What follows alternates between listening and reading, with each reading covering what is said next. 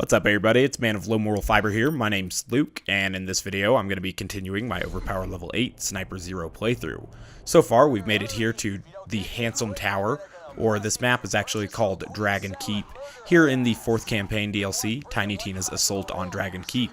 And so this is actually where the boss fight for this particular campaign is going to take place. So you can choose to fight through all of these enemies, ranging from skeletons to mages to dragons, I think, here in the opening areas, but you truly don't have to fight anything, and so that's kind of what I'm doing. Now, I have fought the Handsome Sorcerer before, obviously, but I have not done it as Sniper Zer0. I do know, however, that he has 3 stages. He has like a Radiant stage, a Necromancer stage, and then a Fire stage, kind of the different stages of wizards that are available. And so for the first couple stages of the fight, I am going to be using my fire weapons. And then I need to get ready to switch to shock weapons, I feel like. I do have the Shock Pimpernel on, but I do want to stage a drop of the Shock Lyuda as well, just in case I'll need it. And I'll also put the Shock Bone of the Ancients on the ground there. Hopefully I remember to pick both of those up. So we'll pick those up when he becomes the fire stage. Until then, we'll get ready to kill him. Sure you don't want to wait for Roland? We can't wait for Roland because he's for a boo fight! Alright, so now he's nice and slagged. He has these 2 guys with him, and I forgot that this particular stage has a shield. So I'll knock out his shield, and then I will go for headshots against him, basically. I'm trying to avoid taking too much damage from his other sides, but whatever. Go ahead and get some extra transfusion trails out there as he summons skeletons. Alright, his skeletons are dead. So now get an ammo shrine here, and we'll go for the last particular part, this fire one. I just wanted 1 critical hit there in order to preserve my critical ascension stacks while I picked up my shotgun. And now we'll try to get some critical hits on him. So they're coming, but, you know, the fire damage over time is coming too, so I need to find a balance between offense and evasion here, because if he gets too many of these little dragons on the ground and stuff, I could be in some trouble, but I think he's finished off at this point. So that's good. We don't know. Oh wait, he came back for just a little bit, so he's not totally dead yet. We'll go ahead and hit him here. Excellent. So I guess they stage him over there for this final cutscene. I didn't realize that. It had been a while since I had fought him. Actually, during the campaign, I had only fought him, you know, farming-wise and stuff. Now, he does have the same drop pool as the warrior and stuff. So, this is where Tiny Tina is trying to, you know, conceptualize and rationalize here that Jack has killed Roland, and you know, she's all sad and stuff. And so the story here in this particular DLC is pretty good. It still kind of gives me chills, you know. A chill just ran down my legs and stuff. Kind of sad, you know. They just want Tiny Tina to admit that she knows Roland's dead in real life and he isn't going to show up and play with her. But they're fine with him being in the story and everything.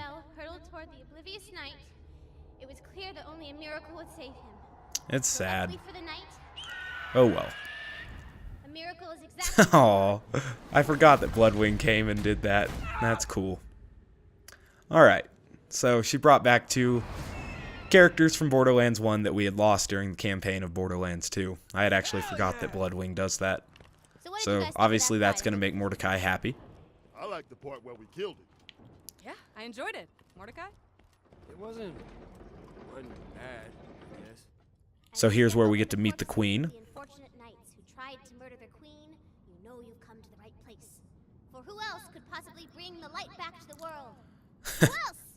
And this is a throwback to something that they probably just, you know, threw in for a joke in the very start of Borderlands 2, you know, Butt Stallion, a pony made of diamonds.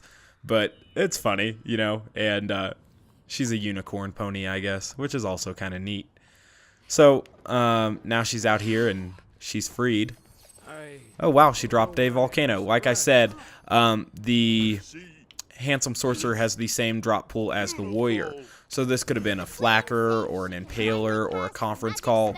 I have expressed my concerns with those large drop loot pools in the past. It's weird to me that they would make some items only available as part of a large drop pool like that also includes possibly heads and skins and stuff, because it makes those particular legendaries much rarer than other legendaries, and I think that that is kind of needless. So we'll feed Butt Stallion real quick, and she'll poop out something, I think. Nope. She's bringing light to the kingdom first. So now everything's pretty. If we go back to the unassuming docks, which is over there, I think that it's pretty again, as opposed to all dark and dreary the way it was. So here's another cutscene here, guys. That was really good, Tina. Hell yeah. That was honestly pretty fun. So here comes Maya telling that the Hyperion Moonbase guy has coughed up the access codes, and you know, anyone feel like blowing up a space station. It would have been really nice if we got to go to that space station within Borderlands 2, but unfortunately they did stop content creation for Borderlands 2 because the consoles had reached their memory limit, and so they were able to squeeze in a couple headhunter packs, but they were unable to put in any more campaign DLCs. And this was discussed not particularly at length, but at least touched on by a member of Gearbox's forums that actually works for their staff. I'm trying to remember if it was Hellface or Paul Hellsquist or whoever it was, but they did mention that the reason production had stopped for Borderlands 2 content was because the Xbox 360 or the PS3 could no longer handle anymore. And that's something that, you know, bothers me greatly, because honestly, I don't see a reason to play any other version of the game than the PC version, and it bothers me that the game was retarded and handicapped by the consoles, but such is the modern gaming world, unfortunately. Hopefully it'll change soon. We can all hope for the advancement of gaming as a whole, but You got tons of side quests to do, boo, and I got all the time in the world. So I'm not sure how many side quests we truly have left to do. We still have to give this beard back to Claptrap, so I guess we can do that. At that point in time, we may have to fight through all of Claptrap's nonsense. But now there's also,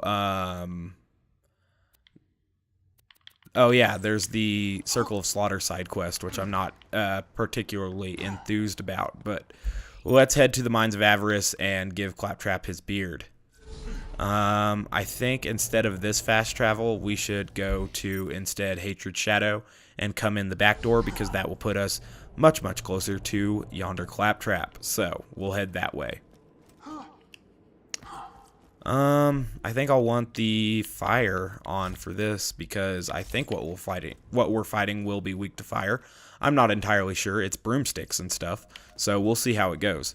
We also need to do the raid boss as well. So we have the raid boss, this, and the Circle of Slaughter stuff. And what else is there? A World of Violence and Magic. I guess that's that. I'm not entirely certain.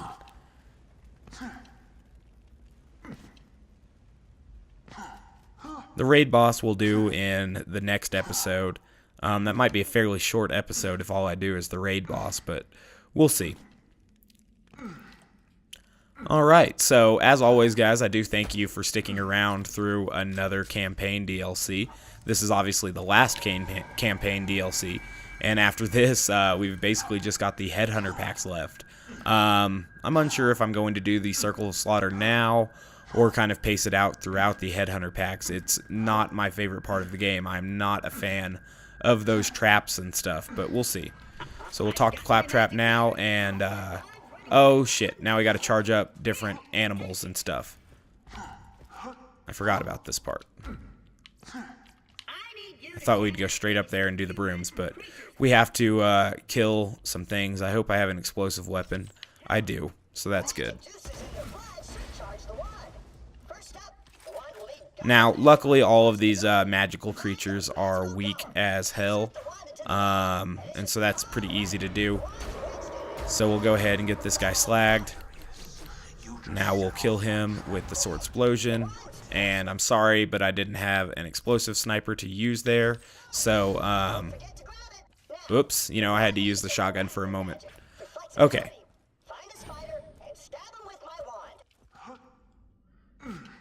Not very kind to the strictly sniper playthrough, are they? They make you use other weapons in some situations. I don't know if I could have used a Cobra there. I guess I might have been able to use a Cobra, but the Cobra is god-awful. Some people say, oh, the Cobra is a good weapon, you just don't know how to use it. Yeah, and, you know, sure. If you think that's a good weapon, technically every gun in the game is a good weapon, because that thing is shit. No amount of knowledge with the weapon will make it usable. It's terrible. Like, nearly any sniper is better than that. Literally, nearly any sniper is better than the Cobra. So, I don't know. Like, yeah, you can get by with basically any sniper in the game against enemies that can actually take traditional critical hits. Like, literally, nearly any sniper will do it with 0. Certain ones, like the Elephant Gun, Trespasser, Buffalo, and Cobra, are really, really hard to do it with. Probably the Cobra is the best of those 4 that I just mentioned, but, I mean, they're all pretty damn bad. So we gotta kill these things real quick. They're in the way of our magical spider, and our magical spider is also absorbing some of our transfusion trails, which is nice. In future iterations of the game, they should, 1, not make it for consoles, as I had mentioned just a moment ago, but also make it so that, you know, friends, allies don't absorb your transfusion trails. It'd be one thing if they were your actual teammates, but it's right now an NPC. And that happens, you know, pretty much any time that there is an NPC, your transfusion trails can go to them. And that's kind of stupid in my opinion, but whatever. Try to kill this spiderling real quickly here. Now we're going to need to kill this one and not die, but we're probably going to die. Alright, so we didn't die. That's good. We still need to kill all of these spiders, though. Alright, so cool beans. Damn, how many of these do they want to put in here? 100? Alright, so we killed that thing as well. Perfect. Let's go talk to this thing.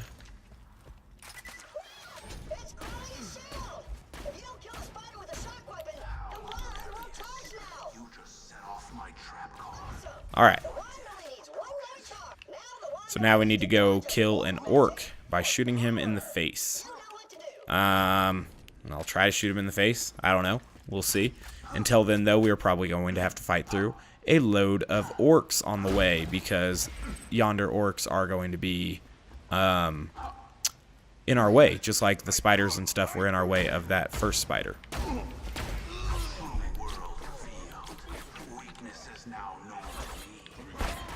Oh, I was hoping for a... Oh, okay, there we go. I was going to say, I was hoping for a much more destructive boar right there. The first one was unspectacular, but then we got it right.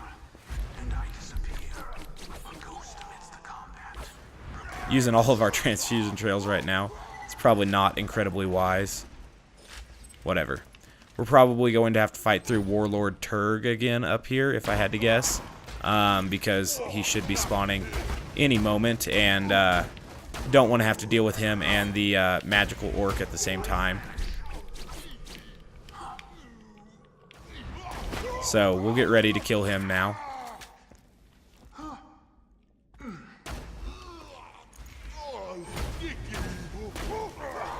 Alright, there'll be some orc chargers coming here, and that was really cute how it caused a damage over time to me as it exploded. Luckily it didn't end up being a huge damage over time, so we did survive it.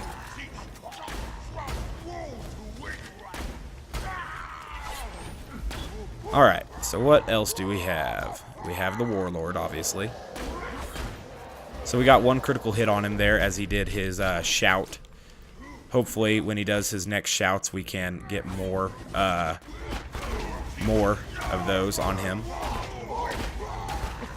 I have to kill some of the little ones so that they don't distract me from dealing with the big one.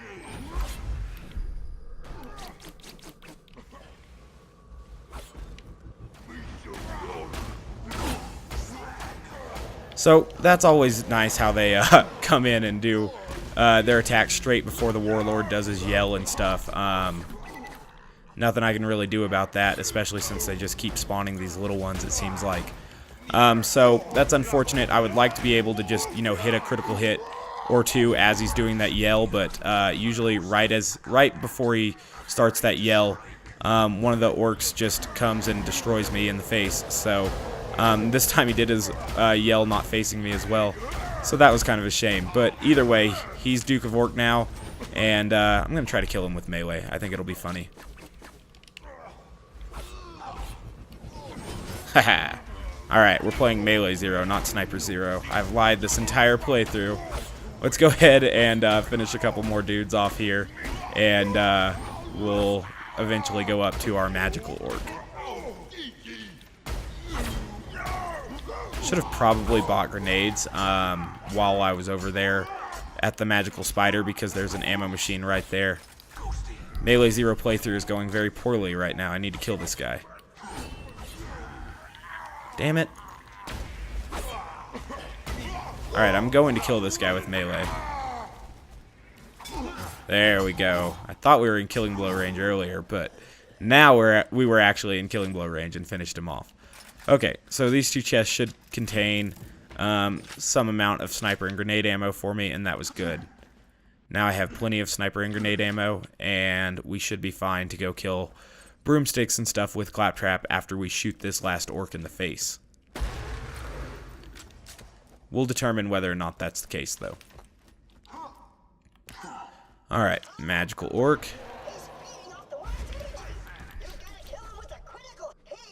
Damn it.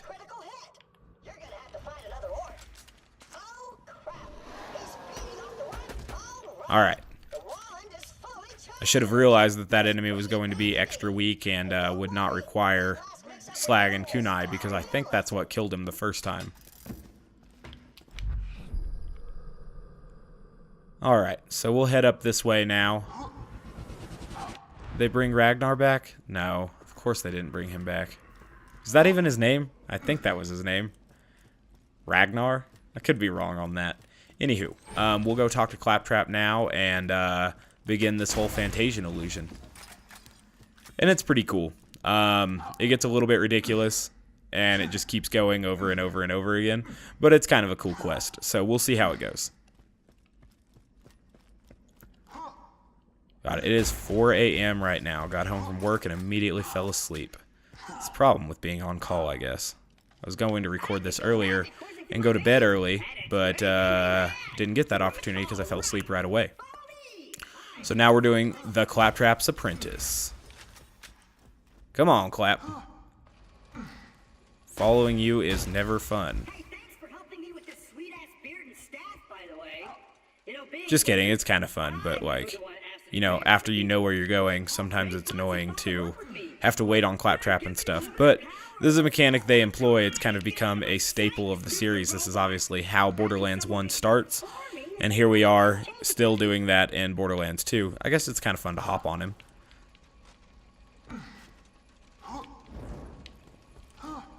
Alright, so I think Boar helps quite a bit with this particular quest, but we'll see. I'm gonna summon an archdemon, then destroy it with my amazing skills. I need you here to clap loudly and tell me how awesome I am. Ready? Alright, so Claptrap stuff, it just, as expected, kind of takes a while. He builds a cool-ass tornado, so I guess that's cool.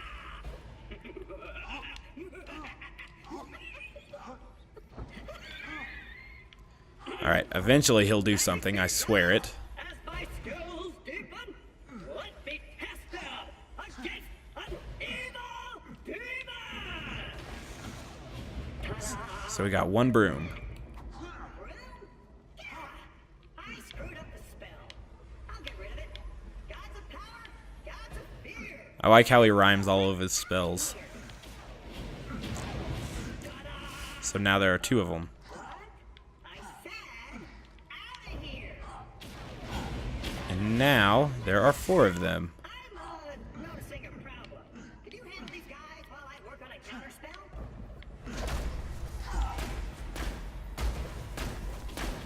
No offense, apprentice, but those brooms are awesome, and I made them myself. Well, apparently they resist fire, So that's weird enough. Let's try shock. Wow, these things are kind of damaging and fast.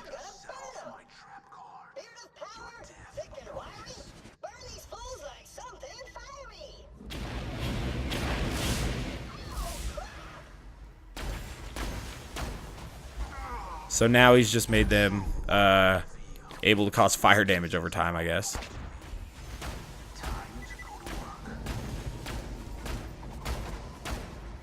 I guess I should switch to my shock bone of the ancients, I guess.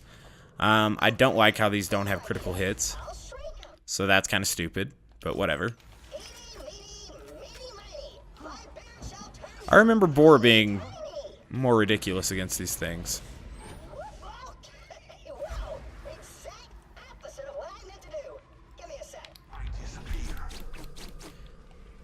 So I think he's beginning to realize now that his spells do kind of the opposite of his intention, which is very classic Claptrap nonsense. So we'll just try to kill these things here. There we go. See, now Boar is doing the right thing. Something bad happens every time I try to do a good spell, so I should try a bad spell, so something good will happen. So Claptrap's trying logic now, but we'll see what happens. And so I summon badass clones. And sure enough, the badass clones just come. So one time I want my spell to fail, and it works. So we'll go ahead and hopefully get some Boar action here on these guys. There we go.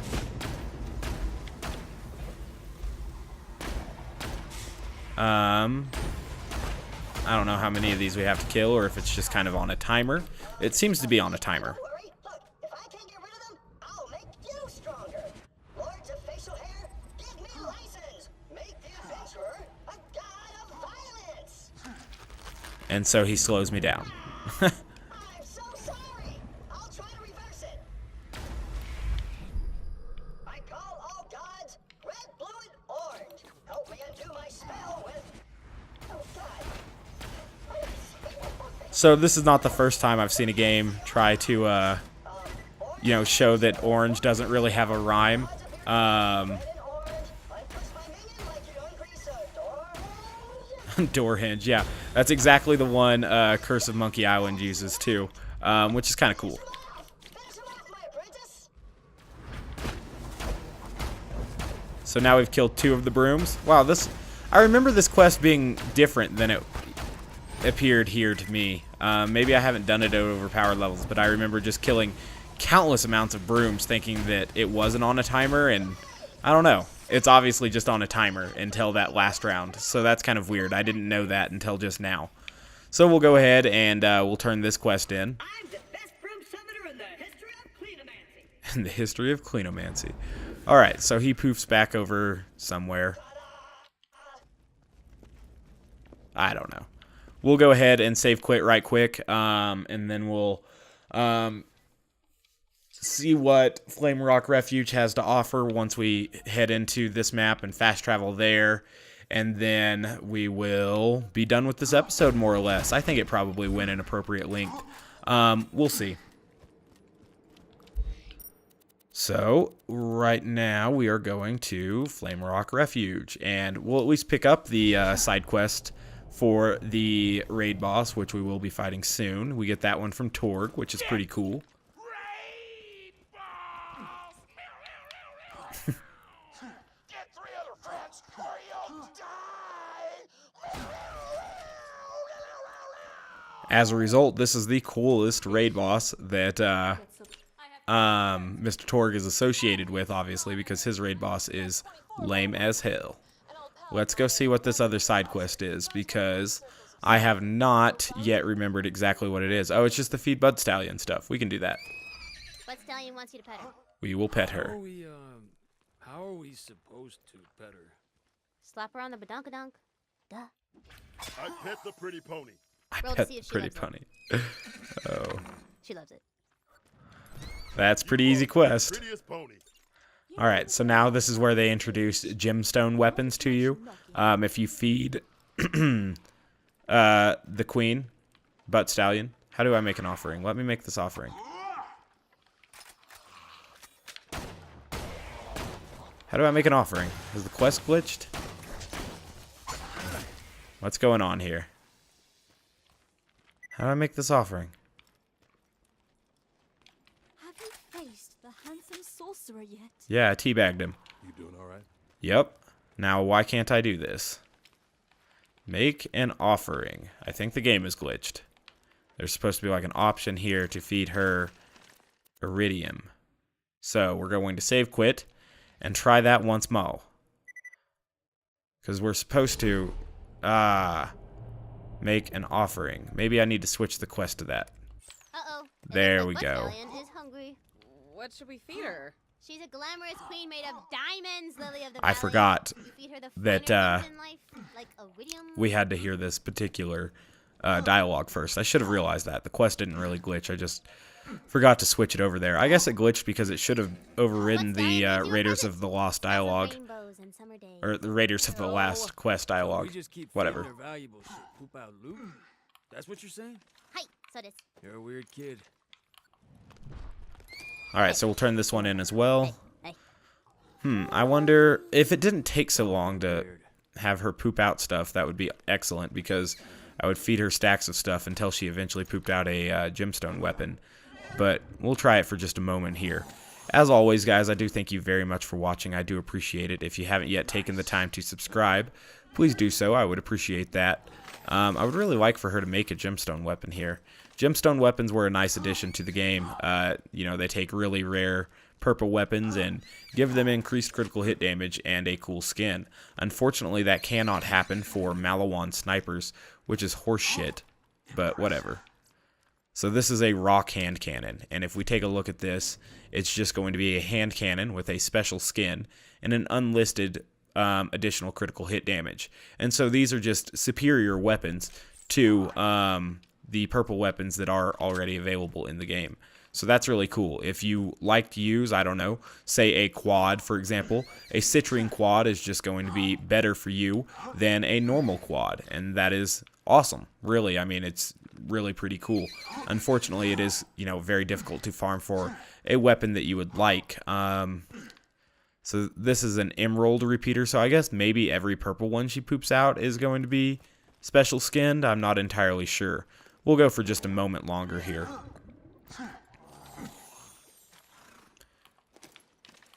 Looks like she pukes blues up, and blues are decent weapons. I guess if you were here early in the game, this would be a great way to get some of these. But yeah, she'll poop out purple and green weapons, it looks like. And what we want is the purple ones, obviously, because those are the ones that are special. I do very much like the idea that there are just weapons with more increased critical hit damage. That's cool, but like I said, it's unfortunate that the Maliwan Snipers are glitched. So there's a Quartz Bandit pistol as well. So anyway, this will be the end of the episode now, guys. I do appreciate you watching. If you are going to tell me that consoles are great and everything, save your fingers or whatever you type with, because fuck that noise. But, you know, for the rest of you, thank you very much for watching, and I do hope to catch you next time. Bye, guys.